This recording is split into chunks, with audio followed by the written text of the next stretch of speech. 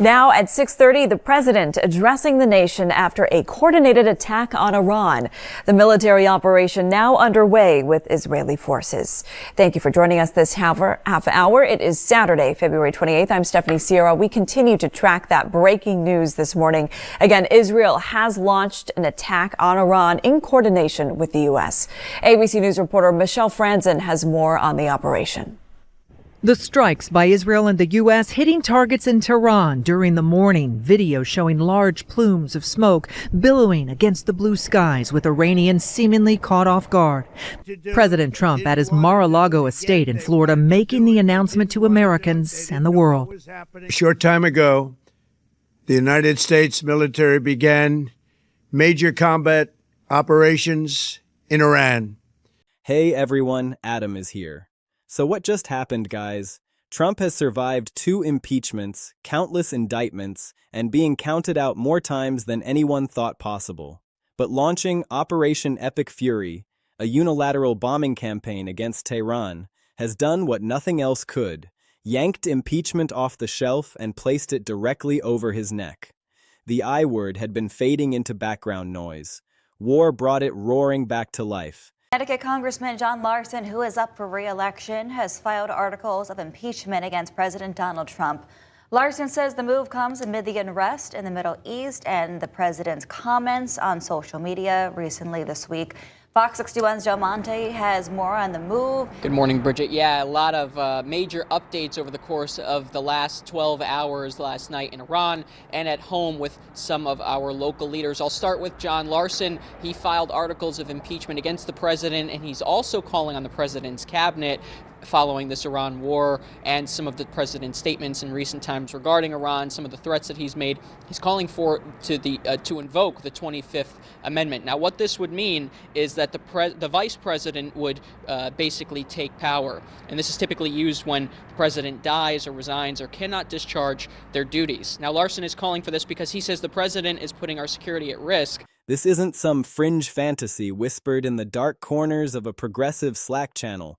We are watching a real-time transformation where senior Democratic power brokers, the ones who usually pump the brakes on this kind of talk, are stepping to the microphones and using the precise vocabulary of the Constitution. They aren't saying we're disappointed or we have concerns. They're saying high crimes and misdemeanors.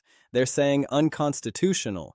They're saying ready. Well, I know you know that we We went through 2 impeachments with Donald Trump as a result of his high crimes and misdemeanors, just some of them, captured in the first term. As you all know, we are in the minority. So bringing forward impeachment right now, while he is guilty of a litany of high crimes and misdemeanors, I don't think it is the best use of our time. Let us get into the majority. Let us get a Senate majority and then hold this president to account. And the more the man in the Oval Office tries to drown out that noise by screaming about traitors and deep state saboteurs on his social media platform, the more members of Congress, from the far left flank all the way to a handful of libertarian-leaning conservatives, are flipping open their copies of the Federalist Papers and reaching for the dusty filing cabinet labeled Articles of Impeachment Draft. Yesterday, more than 70 lawmakers in separate posts on social media suggested the president's cabinet must invoke the 25th Amendment and admit he's unfit for office. Congress should pass impeachment articles and vote to convict him, or both. During his first term, he was impeached twice and acquitted. We reached out to state lawmakers, or those who represent California, to pose our accountability question asking, do you support President Trump's actions in Iran or oppose them? Here's what they told us. California Senator Adam Schiff says, quote, Congress must finally reclaim its war power from this increasingly dangerous president before more service members get killed. Congressman David Valadao says, quote, I hope this moment pressures Iran to come to the table and helps to bring this conflict to a close. We have entered a constitutional pressure cooker. The president's legal team is out on the Sunday shows insisting that Article 2 of the Constitution grants him the divine right of kings when it comes to raining hellfire on anyone he deems a threat. They are drawing a line in the sand. Congress has no power over me. I answer to no one but the voters and the Almighty. But the louder that defense gets, the more the constitutional scholars and the leadership in the House are sharpening their quills. You see, every missile that leaves the rail of a U.S. destroyer without a congressional authorization isn't just an act of war against a foreign adversary. It's an act of defiance against the very structure of American governance. And as Newsweek and other major outlets are reporting, the critique of Operation Epic Fury is no longer siloed within the Democratic National Committee. It has exploded across the ideological spectrum. It's not just the AOC wing, it's the think tank wing, it's the retired military brass wing, it's the I voted for him but this is insane wing. Critics from every conceivable corner of the political map are converging on a single devastating consensus. The strikes on Iran represent a wholesale infringement on every boundary, every statute, and every norm that limits the use of military force without the explicit consent of the People's House. They are explicitly labeling this as the kind of behavior that the framers of the Constitution lost sleep over, a president drunk on executive power, dragging a reluctant nation into a catastrophic Middle Eastern conflagration all on his own, and the phrase echoing through the halls of the Capitol isn't just, "this is bad policy," it's, "impeach already." The intellectual scaffolding for this third impeachment push is being built by some of the most widely cited constitutional analysts in the country. These aren't partisan hacks on YouTube. Well, I mean, I'm here, but I'm citing the big guns. These are the heavyweights whose legal opinions have shaped decades of jurisprudence. And their analysis is brutal in its clarity. They argue that the Iran war doesn't just bend the Constitution, it defies it. It spits in the face of it. They are laying out in meticulous detail how the decision to bomb Iran without Congress serves as the most clear-cut grounds for articles of impeachment we have seen in the modern era. Their warning is dire. If we allow a president to launch a Middle East war alone, with zero consultation beyond the Situation Room and his own gut instinct, then we have officially severed the legislative branch from the most solemn duty it possesses. The founders didn't write the War Powers Clause as a suggestion. They wrote it in blood, out of a deep and abiding terror of kings and emperors. They made a deliberate, conscious choice to give the power of the sword to the many, not the one. This constitutional analysis is more than just a blog post. It's the blueprint, the foundation, the architectural plan for what comes next. And leading the charge from the trenches of social media and the floor of the House is none other than Alexandria Ocasio-Cortez. When AOC writes something on X or Instagram, it's not just a stray thought, it's a signal flare to the entire progressive apparatus. Her statement was a brick through the window of the White House's war narrative. She wrote, with the kind of clarity that leaves no room for spin, that bombing Iran without the say-so of Congress is a grave violation of the Congressional War Powers Clause. Not a technicality, not a misunderstanding, a grave violation. And then she delivered the knockout punch that is now rippling through every progressive media outlet from The Nation to Pod Save America. This is absolutely and clearly grounds for impeachment. Pay attention to the language there. Absolutely. That means no caveats. Clearly. That means you don't need a law degree from Harvard to see it. Her framing is a masterclass in political communication because it erases the ambiguity that usually protects a wartime president. She's not saying we should explore our options. She's saying this is the reason the impeachment clause exists. And because she wields such immense influence among younger voters and the activist base, that line is not just echoing. It's echoing with the force of a 100 decibel feedback loop. It is creating a baseline of expectation among the grassroots. If you don't impeach him for this, what exactly are you here for? But we have to understand the mechanics of power here. AOC can set the world on fire with a tweet, but she doesn't control the floor schedule. That power rests with the Democratic leadership, specifically House Democratic leader Hakeem Jeffries. Now, Jeffries is a different breed of cat than the bomb throwers in the squad. He's cautious, strategic, and he thinks 3 moves ahead. He knows that an impeachment push that fails or looks purely partisan is worse than no impeachment at all. So why is he suddenly dropping repeated hints about this? Why is he using words like reckless unilateral escalation and bypassing proper oversight? Because Jeffries is reading the tea leaves and setting the table. His language is conditional, but the condition is crystal clear to anyone fluent in Washington speak. When Jeffries says he expects strong support for action if warranted, he is putting the entire Democratic caucus on notice. Get your arguments straight. Make the public case. Because if the politics line up, we are not messing around. He is blasting Trump's Iranian strategy not just as dangerous foreign policy, but as a constitutional crime scene. By framing it as a reckless unilateral escalation, he's establishing the predicate. Reckless means you didn't care about the consequences. Unilateral means you deliberately cut out the other branches of government. Bypassing proper oversight means you think you're a monarch. This is the disciplined, lawyerly framework that builds the scaffolding for the eventual floor vote. And it's not just happening in carefully worded press releases. It's happening on the floor of the Senate and the House, where the permanent record is being etched. Members like Ro Khanna and Senator Cory Booker have taken to the well of their respective chambers to deliver some of the most fiery, institutionally focused warnings we've heard in years. They are using their floor time, the most formal official venue in American politics, to slam the unauthorized military campaign. Booker, with his eyes on a higher horizon, and Khanna, with his deep-seated anti-war convictions, are both hammering the same nail. If we let this slide, we are effectively surrendering Congress's power to declare war. That is the institutional argument that transcends red ties versus blue ties. That's the argument that can, and in some cases already has, pulled in a few anti-war Republicans. They are telling their colleagues in no uncertain terms that this isn't about whether you like the president or hate the president. This is about whether you want the House of Representatives to matter at all in the 21st century. If the president can bomb a sovereign nation halfway across the world for weeks on end without so much as a courtesy phone call to the speaker, then Article 1 of the Constitution is just parchment. It's dead text.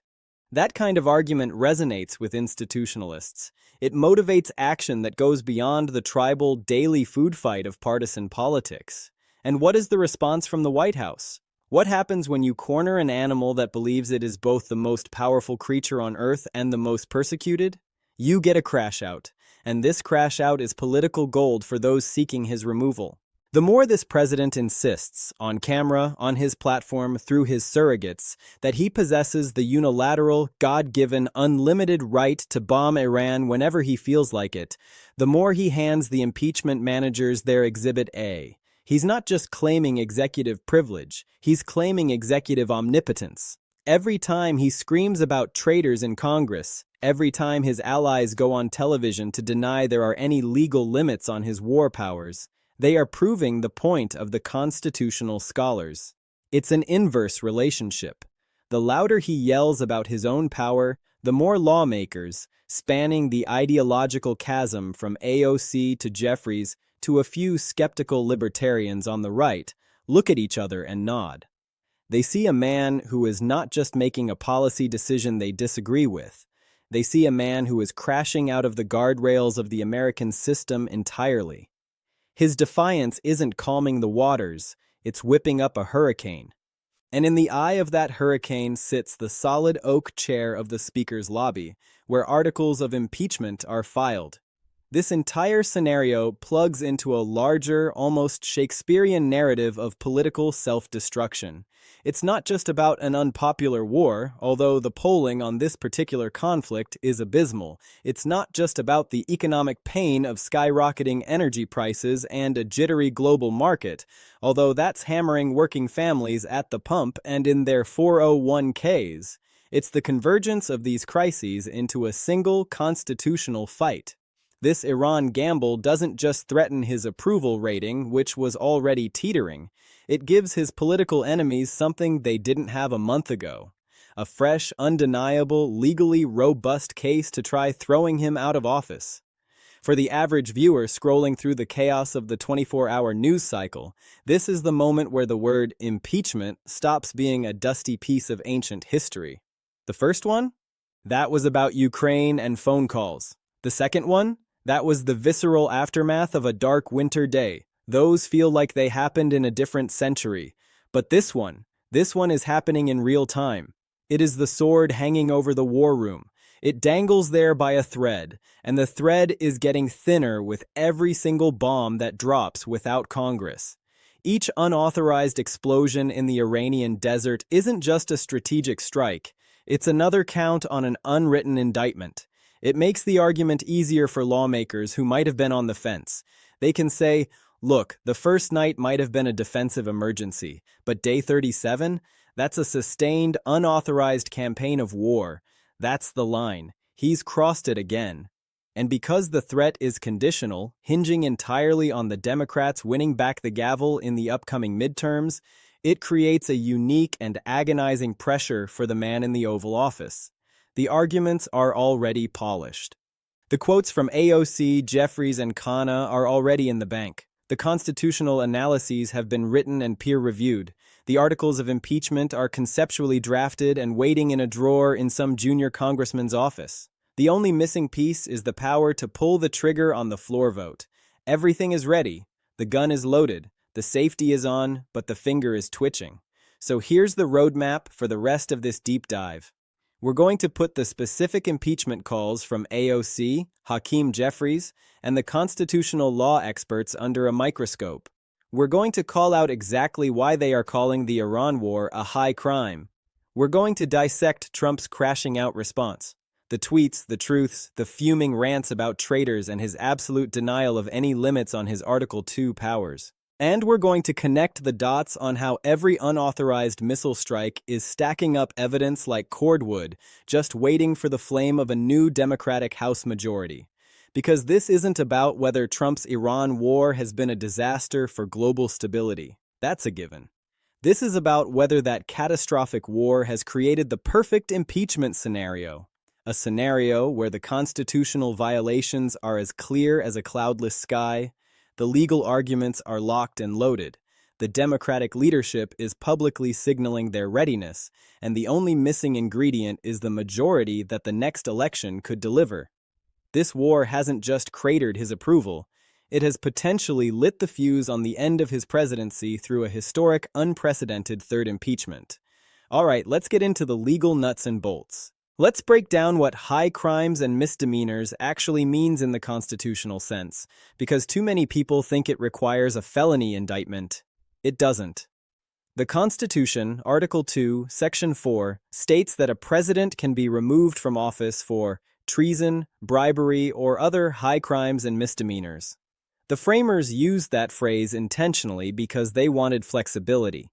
They knew they couldn't list every possible way a power-mad executive might abuse his office. High crimes in this context doesn't mean you robbed a 7-Eleven. It encompasses the abuse of power, the betrayal of the public trust, and the violation of the presidential oath. And if there is one thing that sits at the very top of the list of things the founders feared most, it's a president unilaterally starting a war. Look at Article 1, Section 8. It doesn't say the president has the power to declare war. It gives that power to Congress. Explicitly. Deliberately. The founders had just thrown off the yoke of a king who waged war on a whim. They were terrified of executive tyranny. They understood that the decision to send young men and women to die in foreign lands should be the hardest decision a republic ever makes, and therefore it should require the broadest possible consensus. Presidential war-making without congressional authorization is not a procedural oversight. It is a constitutional violation of the highest order. And constitutional violations by the chief executive are the paradigmatic, impeachable offenses. When the Newsweek reports and the legal analyses say the strikes infringed upon all boundaries, they are talking about a comprehensive violation. We're not talking about one broken rule. We're talking about the War Powers Resolution, which requires notification and a 60-day clock, the Declare War Clause, which was ignored entirely, and the Appropriations Clause, which dictates that money can only be spent for purposes authorized by Congress. The argument is that this president has exceeded the War Powers timeline, never even attempted to seek a declaration of war, and is using funds that were not specifically allocated for this new, open-ended Middle Eastern conflict. Violating all three of these pillars simultaneously isn't a mistake. It is a systematic, willful disregard for the constitutional limits on executive power. That is the textbook definition of an impeachable act. Now, let's look at the weight of the constitutional analysis that is being cited. These aren't just random opinions. When a widely cited constitutional scholar publishes an analysis concluding that this specific military action defies constitutional limits, it carries the weight of legal authority. It's the kind of document that ends up in the footnotes of the articles of impeachment. It provides the intellectual heft and the historical precedent that makes it harder for political opponents to wave this away as mere partisan grievance. This analysis serves as a ready-made template. Lawmakers don't have to reinvent the wheel. They can take the scholarly work, transpose it into the formal charges of an impeachment article, and present it to the Judiciary Committee.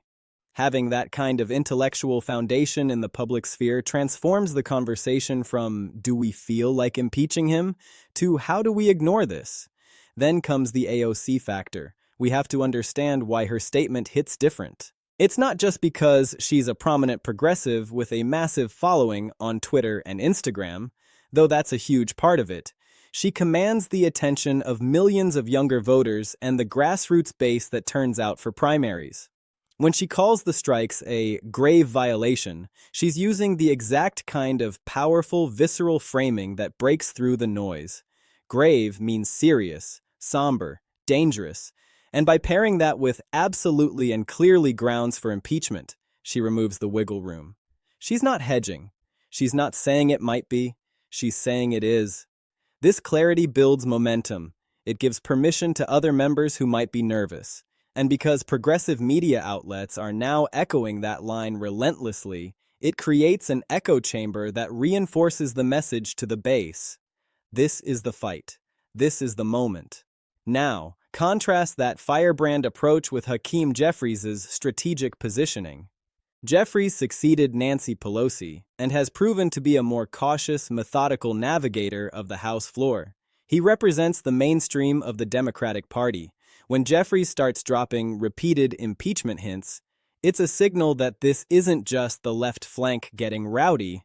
It's a sign that the leadership is seriously testing the waters. His use of conditional language, strong support for action if warranted, is classic strategic ambiguity. It keeps the moderates from freaking out while simultaneously telling the base, "We see the crime, we just need the votes." By blasting the Iran strategy as a reckless, unilateral escalation that bypasses proper oversight, Jeffries is establishing the legal and political predicate for future action. He's building the case in the public mind, word by word, so that when the gavel changes hands, the groundwork is already laid. And the warnings from Ro Khanna and Cory Booker on the floor are the final piece of this puzzle. These are not backbench nobodies. Booker is a national figure with a silver tongue and a passion for justice. Khanna is the Silicon Valley congressman who has become one of the most cogent foreign policy voices in the party. When they stand on the floor and use their official time to slam the unauthorized military campaign, they are creating the permanent record.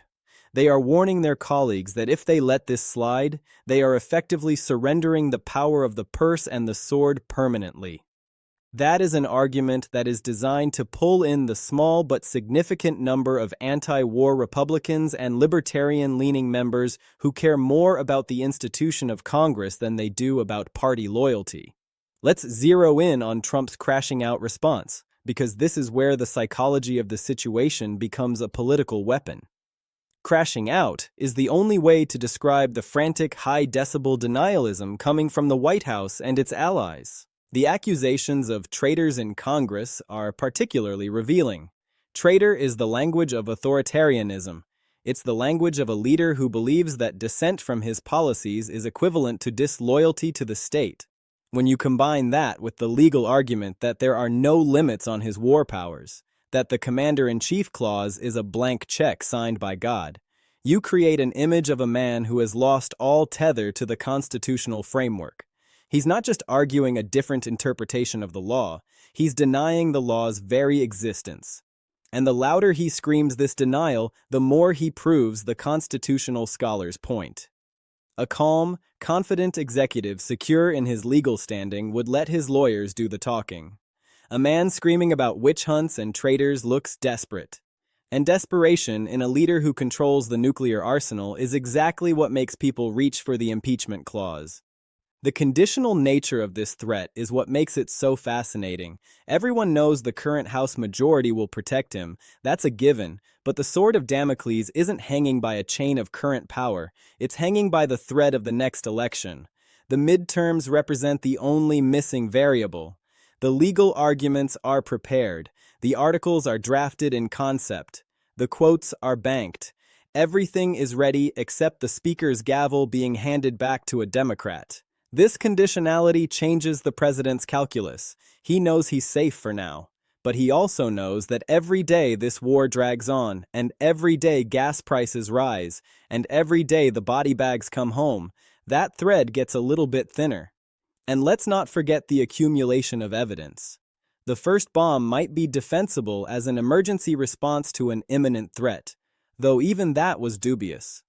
But the 47th bombing run? The 100th missile? That's a pattern. That's a sustained military campaign. That is war. And waging war without Congress is the very definition of a constitutional violation. Every single strike adds another count to the unwritten indictment. It shows a pattern of willful defiance, not a one-time mistake. Willful, sustained violations of the Constitution are the strongest possible grounds for impeachment. So, what is the final takeaway from this constitutional maelstrom? The Iran war has flipped the impeachment switch from background static to a live, crackling current. Senior Democrats and even some Republicans are openly declaring the unilateral strikes impeachable. The president and his allies are lashing out, but their cries of traitor and denials of legal limits only serve to amplify the very threat they fear. The legal and constitutional analysis is in, bypassing Congress for a sustained war is a high crime and misdemeanor. The framework is set. The arguments are written. The only piece of the puzzle missing is the political power to pull the trigger, a power that the midterms could very well deliver. So what do you think? Is this the storm that finally brings about an unprecedented third impeachment? Or will the political winds shift before the House can act? Drop your thoughts in the comments below. I want to hear where you stand on this constitutional collision. And if you want to stay ahead of the curve on this escalating threat and the fallout from the war, smash that subscribe button and join our newsletter. We are tracking every development, every hint from leadership, and every crashing out moment from the White House. Because let's be clear, the Iran war didn't just kill soldiers and shake global markets. It didn't just threaten an approval rating. It gave his enemies a brand new, perfectly legal case for removal. It turned impeachment from a distant memory into a sword hanging over every decision made in the Situation Room. The louder he screams about his power, the more he convinces lawmakers from AOC to Jeffries that those very screams are the justification for ending his presidency. We are watching history unfold in real time, and the final chapter of this saga has yet to be written. The articles are waiting. The votes are being counted. The only question left is whether the gavel falls.